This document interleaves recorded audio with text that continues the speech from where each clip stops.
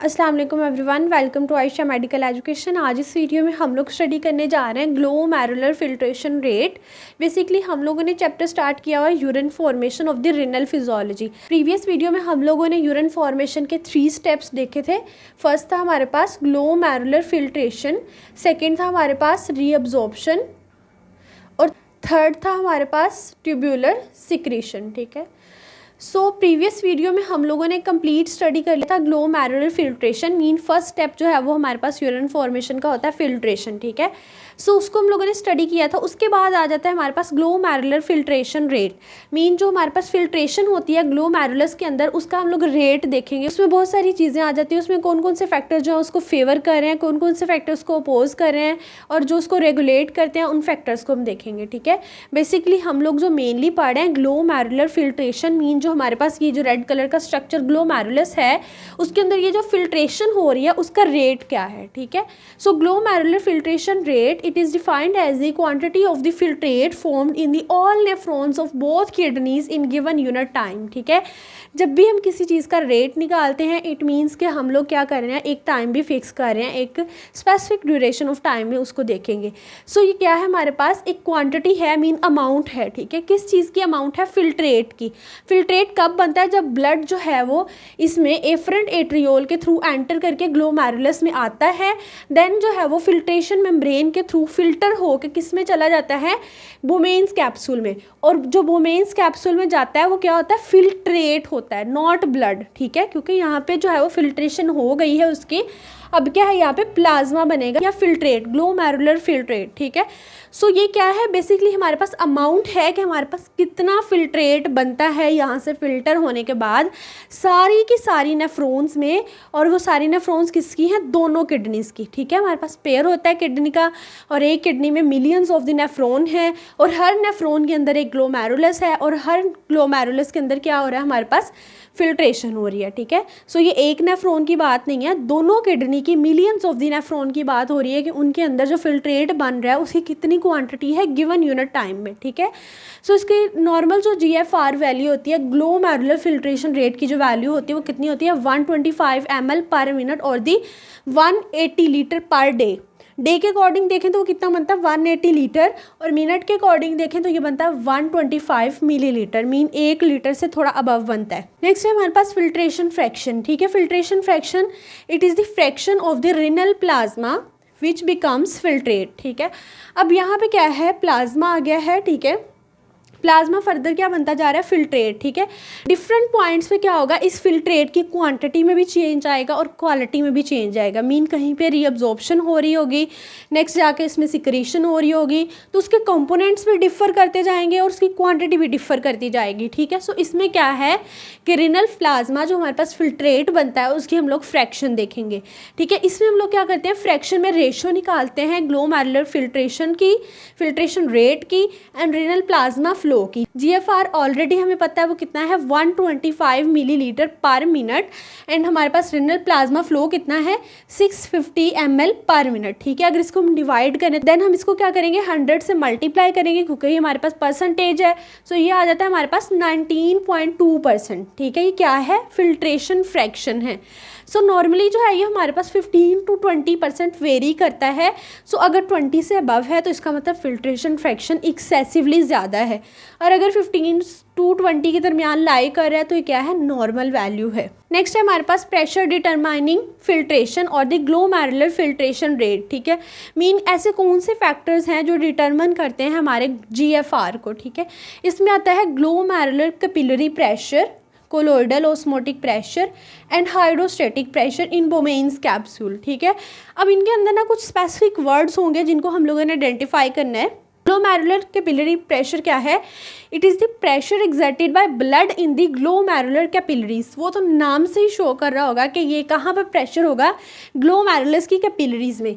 ये मीन यहाँ पर क्या होगा, कैपिलरीज में प्रेशर होगा, बट होगा किसका, ब्लड का होगा, क्योंकि यहाँ से सीधा ब्लड आ रहा है तो अभी कोई फिल्ट्रेशन नहीं हो रही, या हो भी रही है तो लेकिन इसके अंदर क्या होता है, ब्लड होता है। और इसकी नॉर्मल वैल्यू कितनी, 60 mm of Hg, और ये क्या करता है, फेवर करता है ग्लोमेरुलर फिल्ट्रेशन को। ठीक है, ग्लोमेरुलर फिल्ट्रेशन रेट है उसको क्या करेगा, ये फेवर करेगा, मीन जितना ज़्यादा कैपिलरी प्रेशर होगा उतना ज़्यादा GFR होगा, मीन उतना ज़्यादा ग्लोमेरुलर फिल्ट्रेशन रेट होगा। नेक्स्ट आता है colloidal osmotic pressure. Colloidal osmotic pressure is the pressure exerted by the plasma proteins.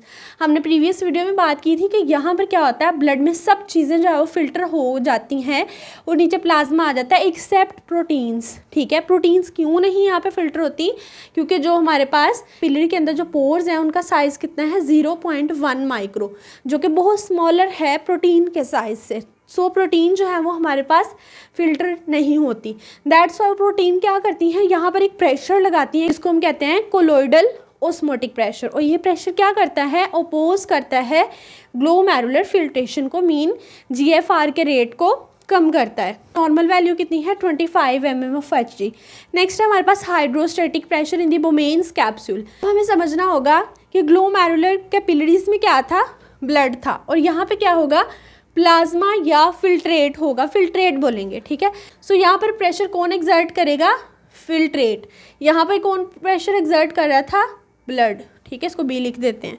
Hydrostatic pressure in the Bowman's capsule is the pressure exerted by the filtrate in the Bowman's capsule. So यहाँ पे कौन pressure exert करता है, blood. ठीक है, यहाँ पर pressure कौन एग्जर्ट करता है, फिल्ट्रेट। और इसकी नॉर्मल वैल्यू कितनी है 15 mm/Hg। और ये भी क्या करता है, अपोज करता है ग्लोमेरुलर फिल्ट्रेशन को। नेक्स्ट है हमारे पास net filtration pressure. It is the balancing between the favouring and opposing pressure. ठीक है, ऐसे प्रेशर जो फेवर भी करते हैं और ओपोज भी करते हैं, उसका हम लोगों ने क्या करना है, बैलेंस देखना है। इसको कहते हैं नेट फिल्ट्रेशन प्रेशर। ये बहुत इंपॉर्टेंट प्रेशर होता है, इसको इसेंशियल प्रेशर भी बोलते हैं फॉर दी ग्लोमेरुलर फिल्ट्रेशन। ठीक है, अब हम इसमें क्या करेंगे, ऐसा प्रेशर जो फेवर कर रहा है उसमें से सबट्रैक्ट करेंगे उस प्रेशर को जो इसको अपोज कर रहा है। जो फेवर करता है प्रेशर, उसका नेम क्या है, glomerular capillary pressure, glomerular capillary pressure. ठीक है, इसमें से सबट्रैक्ट किसको करना है, कोलोइडल को और हाइड्रोस्टेटिक को, क्योंकि ये दोनों क्या कर रहे हैं, अपोज कर रहे हैं। सो जो दोनों अपोज कर रहे हैं कोलोइडल और हाइड्रो, इनको पहले ऐड करेंगे। ठीक है, देन हम इसको सबट्रैक्ट करेंगे इसमें से जो फेवर कर रहा है। ठीक है, सो इन दोनों की वैल्यू कितनी है, कोलोइडल की 25, हाइड्रोस्टेटिक की 15, इन दोनों को एडअप किया तो क्या बन गया 40। और ग्लोमेरुलर कैपिलरी प्रेशर की कितनी वैल्यू थी 60। 60 - 40 is equals to 20 mm/Hg। So net filtration pressure varies between 15 to 20 mm/Hg। So इसके दरमियान जो वैल्यू आती है 20 तक जो भी वैल्यू आती है वो नेट फिल्ट्रेशन प्रेशर की वो नॉर्मल होती है। ठीक है, हमने क्या किया, जो प्रेशर फेवर कर रहा है उसमें से जो प्रेशर अपोज करता है उसको सबट्रैक्ट किया है, देन आ गई हमारे पास नेट फिल्ट्रेशन प्रेशर। नेक्स्ट है हमारे पास factors regulating glomerular filtration rate. ठीक है, यही फैक्टर्स होंगे जो इसको इफेक्ट करेंगे, मीन कुछ डायरेक्टली प्रोपोर्शनल होंगे, कुछ इन्वर्सली प्रोपोर्शनल होंगे। सो सबसे पहले आता है रीनल ब्लड फ्लो। ठीक है, अगर रीनल ब्लड फ्लो ज़्यादा है, मीन किडनीज में ब्लड फ्लो ज़्यादा आता है, तो इसका मतलब GFR भी ज़्यादा होगा, मीन फिल्ट्रेशन का जो रेट है वो भी ज़्यादा होगा। इट मीन्स ये क्या है, डायरेक्टली प्रोपोर्शनल है। ठीक है, सो इसको D लिख देते हैं। जो चीज़ ज़्यादा होगी तो GFR भी ज़्यादा होगा, अगर ये कम होगा तो GFR भी कम होगा। So it is directly proportional. Next आ जाता है हमारे पास ग्लोमेरुलर कैपिलरी प्रेशर। सो इसको हम पहले भी देख चुके हैं, this is the glomerular capillary pressure, ये फेवर करता है। ठीक है, मीन इसके बढ़ने से GFR बढ़ जाएगा। सो it is also directly proportional. Next है कोलोइडल ऑस्मोटिक प्रेशर। ये क्या करता था, अपोज करता था, क्योंकि इसमें प्रोटीन जो है यहाँ पर क्या करती हैं, GFR को रिड्यूस करती हैं। इसके अंदर प्रोटीन्स जो हैं वो हिंड्रेंस का काम करती हैं। That's why colloidal pressure is inversely proportional. So इसको I लिखेंगे, क्योंकि कोलोइडल ऑस्मोटिक प्रेशर अगर ज़्यादा हो गया तो GFR कम हो जाएगा। That's why it is inversely proportional. Next है hydrostatic pressure in the Bowman's capsule. ये भी क्या करता था, अपोज करता है, क्योंकि फिल्ट्रेट यहाँ पर अगर बहुत ज़्यादा हो जाएगा तो ऊपर से जो है वो फिल्ट्रेशन कम हो जाएगी। सो ये भी क्या है, इन्वर्सली है। ठीक है, अपोज जो कर रहा है इन्वर्सली आएगा। नेक्स्ट है कॉन्स्ट्रिक्शन ऑफ एफरेंट एट्रियोल। अगर ये जो एफरेंट एट्रियोल है हम इसको कॉन्स्ट्रिक्ट कर दें तो GFR ऑटोमेटिकली कम हो जाएगा, क्योंकि पीछे से रेनल फ्लो कम हो गया है। सो यहाँ पर क्या होगा, हमारे पास GFR भी कम हो जाएगा। सो this is inversely proportional. Constriction of efferent arteriole, अगर यहाँ से हम इफरेंट एट्रियोल को कंस्ट्रिक्ट करें या हमारे पास सिंपैथेटिक फाइबर की स्टिमुलेशन आए तो वो क्या करे, इसको कंस्ट्रिक्ट करे, तो स्टार्ट में क्या होगा, एकदम प्रेशर बढ़ जाएगा, GFR बढ़ेगा, देन डिक्रीज करेगा, ठीक है। सो ये स्टार्ट में क्या होता है, डायरेक्टली प्रोपोर्शनल है, ठीक है, बाद में ये डिक्रीज कर देता है। नेक्स्ट है हमारे पास sympathetic constriction. Sympathetic constriction simply क्या है, किसके लिए है, एफरंट और ईफरंट के लिए। अगर तो माइल्ड या मॉडरेट सिंपैथेटिक स्टिमुलेशन है तो इनको कोई ऐसा फ़र्क नहीं पड़ता इनकी कंस्ट्रिक्शन या डायलेशन पे। अगर हमारे पास सीवियर किस्म की सिंपैथेटिक स्टिमुलेशन आती है जिसको क्या करती है, कॉन्स्ट्रिक्ट करती है, तो सेम एज इट इज़ ये वाला फिनोमिना होगा, ठीक है। एफरंट एट्रियोल के कंस्ट्रिक्शन से क्या होगा, हमारे पास GFR डिक्रीज होगा, ईफरंट की कॉन्स्ट्रिक्शन से क्या होगा, GFR इंक्रीज करेगा, ठीक है। सेम एज इट इज़ यही फिनोमिना लगेगा सिंपैथेटिक कॉन्स्ट्रिक्शन से, ठीक है। सो इसको हम वेरी लिख देते हैं, दोनों में वेरी करता है। नेक्स्ट है हमारे पास surface area of capillary membrane. अगर कैपिलरी मेम्ब्रेन का सरफेस एरिया ज़्यादा है तो ऑब्वियस सी बात है GFR ज़्यादा होगा, so this is directly proportional.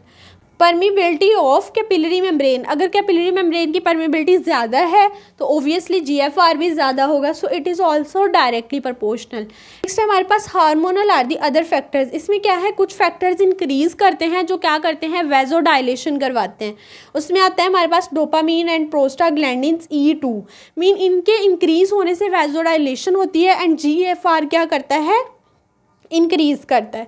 ये फैक्टर्स हमारे पास क्या करते हैं, डिक्रीज़ करते हैं GFR बाय वेजोकंस्ट्रिक्शन, ठीक है।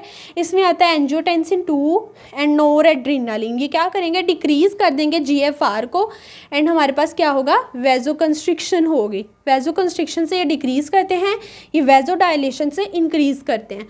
सो ये थे हमारे पास overall factors and glomerular filtration rate. If you understand this video so please like, share and subscribe the channel. Thanks for watching.